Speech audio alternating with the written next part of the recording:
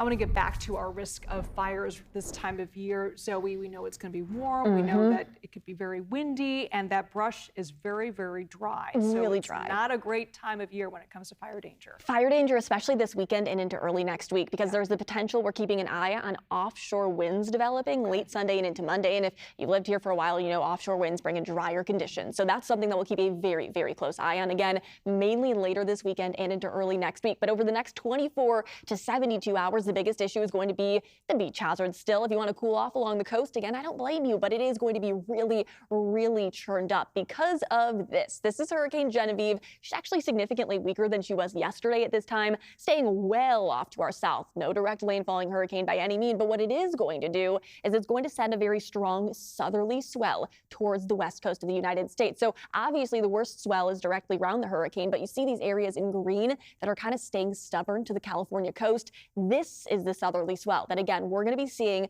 throughout the rest of the week and through Saturday. But I would not be surprised if our beach hazard statement did get extended through the rest of the weekend and maybe even into early next week, because I don't really see those swells necessarily getting all too much better by Sunday. So it's something we'll keep a very close eye on. But right now, the beach hazard statements are only in effect through Saturday. Higher than normal rip current risk and sneaker wave potential. 10-foot breaking waves are likely. Have already been seen along our south-facing beaches. So that's why Santa Cruz, there has been so many rescues there, because it's a south-facing beach and it's getting hit the most directly by that southerly swell. Overall, though, along the coast, it's a lot sunnier than it usually is this time of year. Still a little finger of fog hanging on tight to the peninsula, but the west of San Francisco, Ocean Beach, seeing sunshine right now. All of our north bay seeing sunshine as well. Again, definitely un-July-like, I would say. By tomorrow afternoon, temperatures are going to begin to warm up by maybe a degree or two. It's not going to be a crazy heat up tomorrow.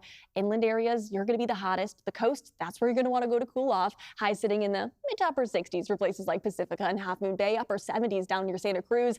Areas by the bay are going to be in the upper 70s to low 80s. But then inland, again, you're going to be in the upper 80s to low 90s out there. There might even be a few mid 90s out there as well, as those temperatures will begin to warm tomorrow and into Friday. But by Saturday, this is what I'm definitely more concerned about. These colors that you can kind of see in more white across the Central Valley, these are the widespread triple digits that are going to be available, or that are going to be incoming. And again, they're going to stay at the triple digits all weekend long for the Central Valley. While our inland East Bay, you're going to be right on the cusp of that triple digit mark. You're going to be in the upper 90s to maybe 100 degrees for places like Antioch and Fairfield. And it's going to stay this way again Saturday, Sunday, and into Monday, maybe even sticking around Tuesday of next week. It is going to be well above average for this time of year. And the fact that it is sticking around for such a long period of time, that is where the issues are going to come into play. So it's not necessarily, again, the hottest air of the entire season. It's not record-breaking heat, but it is going to be sticking around for a long time, which again is going to lead to that moderate risk for heat-related illness. And the reason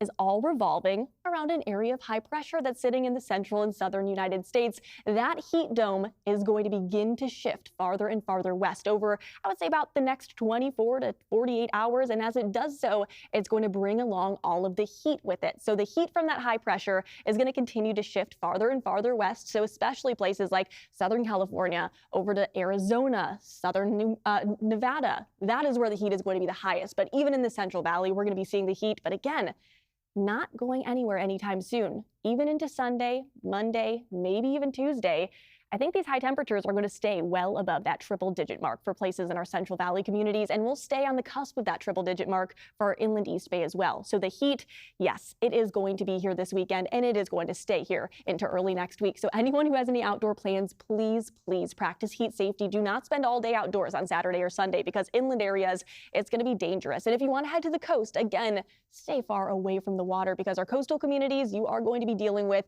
the beach hazard statements through at least Saturday. Again, wouldn't be surprised if they got extended into early next week, but hey, 70s and sunshine for this time of year, definitely not feeling like August in the Bay Area. Back to you.